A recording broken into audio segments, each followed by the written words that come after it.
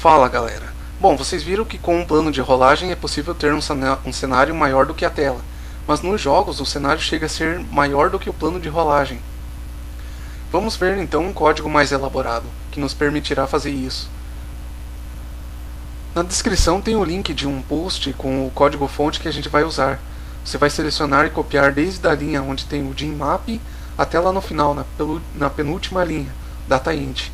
Ao colar no Bex, talvez todo o código fique colado na borda do editor, e você vai ter que arrumar. Utilize então a seleção especial que o Bex possibilita, posicionando o cursor na frente da última linha, apertando Ctrl e sem soltar, clique e arraste o mouse para cima até chegar ao topo, e solte, aí tecle espaço.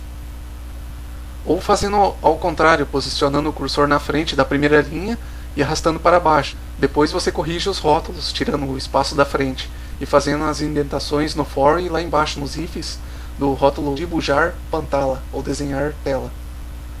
Você vai precisar também de mais uma imagem, agora com 1600 pixels de largura, repetindo o processo de renderização da imagem como você fez anteriormente. Não esqueça de alterar os rótulos de dados inserindo os nomes dos arquivos da sua imagem. No código aqui em cima, na coordenada x do vetor, é declarado que a matriz terá 200 células na horizontal, de 0 a 199. 200 tiles vezes 8 pixels dão 1600 pixels, que é a largura da nossa imagem. Os valores máximos em uma matriz quadrada que você pode usar são 178 por 178. Quando a matriz tiver coordenadas com um número de células diferentes, você multiplica os seus valores para verificar se o resultado não ultrapassa 32.000. Passando disso, a ROM não roda no emulador. A memória principal tem 64 kilobytes. O mapa, os tiles dos personagens e cenário e mais o código-fonte tem que caber nesse espaço. Na sequência é definida a paleta e os 8 tiles que formam o sprite de um aviãozinho, que é o objeto que nós vamos controlar. Os tiles dele já estão no código lá embaixo. Aqui você carrega os tiles e a paleta do mapa do cenário na posição 264. Eu carreguei 8 tiles do sprite na posição 256. Somando 8 com 256 dá a posição de memória do cenário, 264. Aqui você deve alterar a quantidade de tiles da sua imagem. Embaixo tem a estrutura de leitura e escrita dos valores do mapa no plano de rolagem, que você já viu. No Drawtile, a função palette configura o desenho para a paleta 1. Voltando aqui em cima, você vê um comando novo, o setTextPlane, que define em qual plano o texto será escrito. Geralmente você utiliza o texto nos mostradores do jogo, como barra de energia, contadores de tempo, itens que o personagem tem, e esses mostradores são fixos na tela, eles não se movimentam junto com o cenário. O ideal seria definir o texto para o plano window, que é o plano fixo, mas como em nenhuma parte do código o plano A é rolado, então não tem problema. Para usar o plano window é necessário configurar o tamanho da janela de exibição através do comando windowprop. Você pode fazer um teste com esse plano inserindo essas linhas no código do mapa de tiles e alterando o primeiro valor da paleta com um código de cor diferente dos demais. Os dois primeiros parâmetros do windowprop definem qual será o ponto de referência para calcular o tamanho da janela. O primeiro pode ser left ou right e o segundo up ou down. Os dois últimos parâmetros configuram respectivamente a distância em tiles que o primeiro e o segundo ponto de referência vão alcançar. O efeito do comando é o contorno e não a parte retangular de dentro. Mesmo o plano Windows sendo o primeiro plano, ele não tem a prioridade máxima de exibição.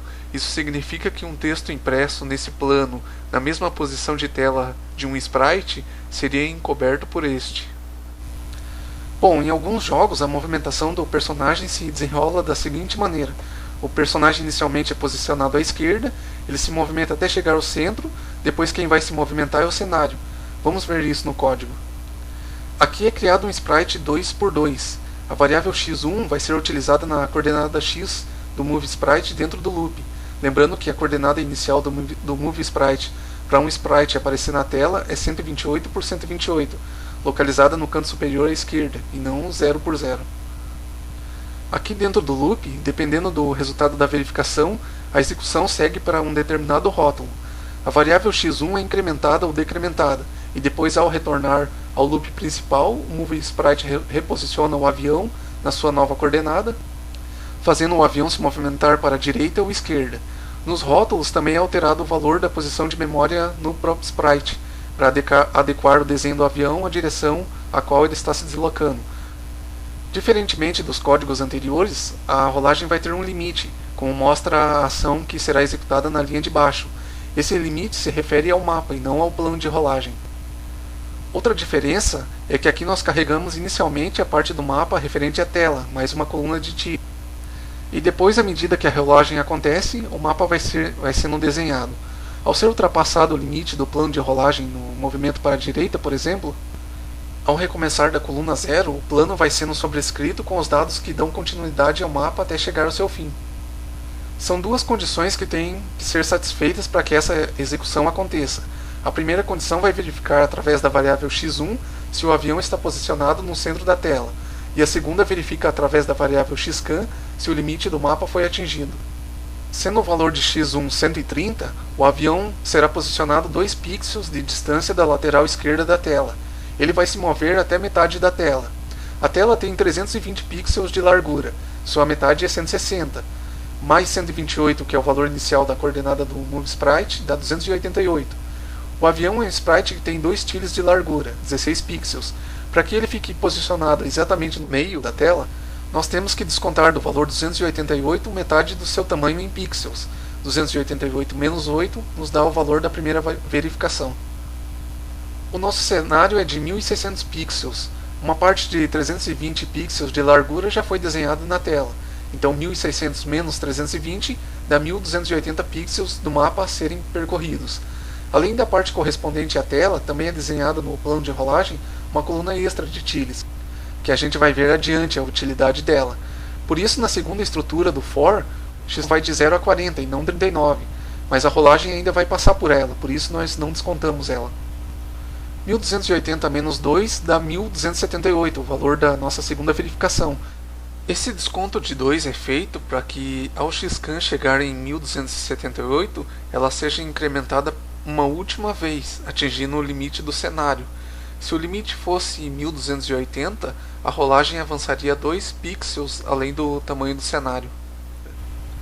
Ao ser satisfeita essa condição, x1 continuamente será redefinido com o valor de 280, para manter o avião no centro da tela enquanto a rolagem acontece. Quando o xcan atingir 1280, a condição não vai ser mais satisfeita e o valor da variável x1 vai começar a aumentar novamente, fazendo com que o avião retome o movimento indo até a lateral direita. E o que vai impedir que ele continue andando para fora da tela são esses dois ifs aqui dentro do loop, que redefinem x1 para o valor limite caso ele seja ultrapassado. O primeiro é relativo ao movimento para a esquerda e o segundo para a direita. No centro, a variável x1 tem o valor 280, mais 160 pixels da outra metade da tela, dá 440. Aí descontando metade do sprite, que é de 8 pixels, e diminuindo mais 2 pixels, fica 430. São descontados esses 2 pixels para que o sprite não fique colado na borda. Também por ser satisfeita a condição, no caso do rótulo direita, xcan será incrementado e isso desencadeará no rótulo de dibujar pantala ou desenhar tela o preenchimento aos poucos do restante do mapa no plano de rolagem. Eu explico esse trecho de código no próximo vídeo. Falou?